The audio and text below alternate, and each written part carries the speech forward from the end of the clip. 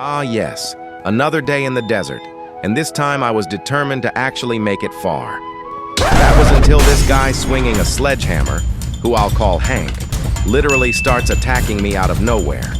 I managed to get away from this absolute maniac, but when the others go in, Hank walks past all of them and comes straight for me like I personally offended him.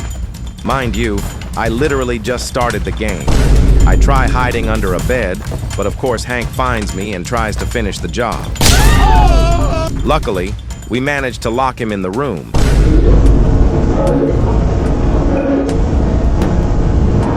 And this actual NPC doesn't even know how to open the door. I finally think we're safe and can start building the car, until one genius decides to let Hank out again. 5 seconds later, I'm dead. They do end up reviving me though, and for some reason Hank just stops attacking me after that. I guess he was satisfied or something. Anyways, now that Hank finally cooled down, we could actually start building the car. The second the engine turns on though, Hank decides we made too much progress and jumps straight onto the hood, starts smacking the driver, and we immediately crash into a pole.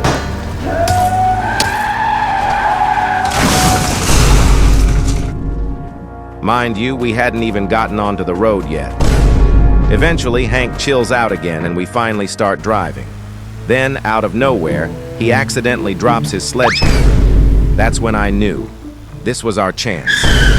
I stop the car and we all sprint toward it. This guy I'll call Craig grabs the sledgehammer and starts swinging at Hank. They chase each other for a bit, until Craig fumbles it and drops the hammer. So I do the only logical thing. I pick it up myself, and that's where Hank's rampage finally ends.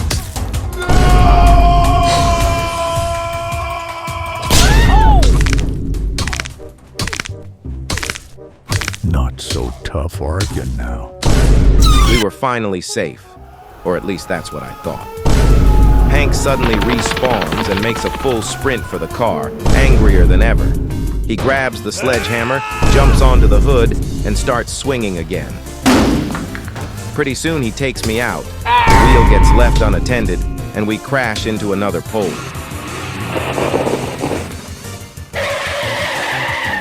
But Hank still isn't done. He literally starts destroying the car out of pure rage like it personally offended him. After a while, another car drives by, and Hank immediately switches targets, running over to fight whoever's inside. While he's distracted, we jump back into our car and drive off as fast as possible, leaving him behind. No! And just like that, we were finally free from Hank's reign. After that, we make a pit stop at a house because our car is basically torn apart at this point. While we're putting it back together, I start wondering what Hank's been doing since we left him. Turns out I didn't have to wonder for long, because this man somehow just appears in the car out of nowhere. And for some ungodly reason, he wants to drive. Absolutely not.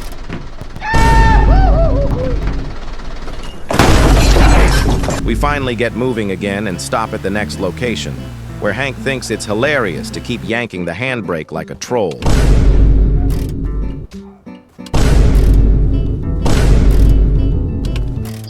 Eventually, we get back on the road, and I'm driving with Craig's feet practically in my face. Didn't even matter, though, because I was still the best driver there. After a long drive, we finally arrive at this huge complex at nighttime. We actually felt saved for once. I even find a katana, but I decide to be the better person and let Hank live, even though he set us back like 3 hours. Didn't matter, though, because Hank immediately lights a firework inside the building and sends himself flying out a window.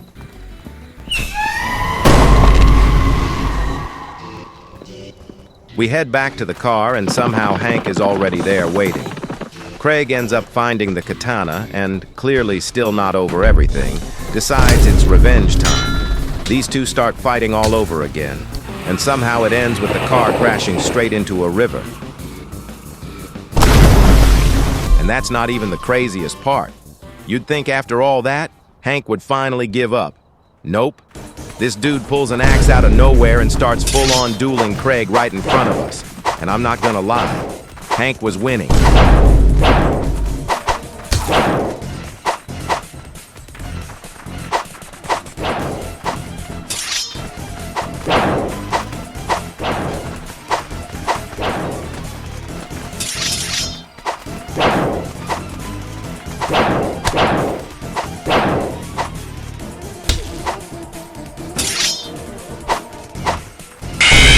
After the longest fight ever, Craig finally goes down.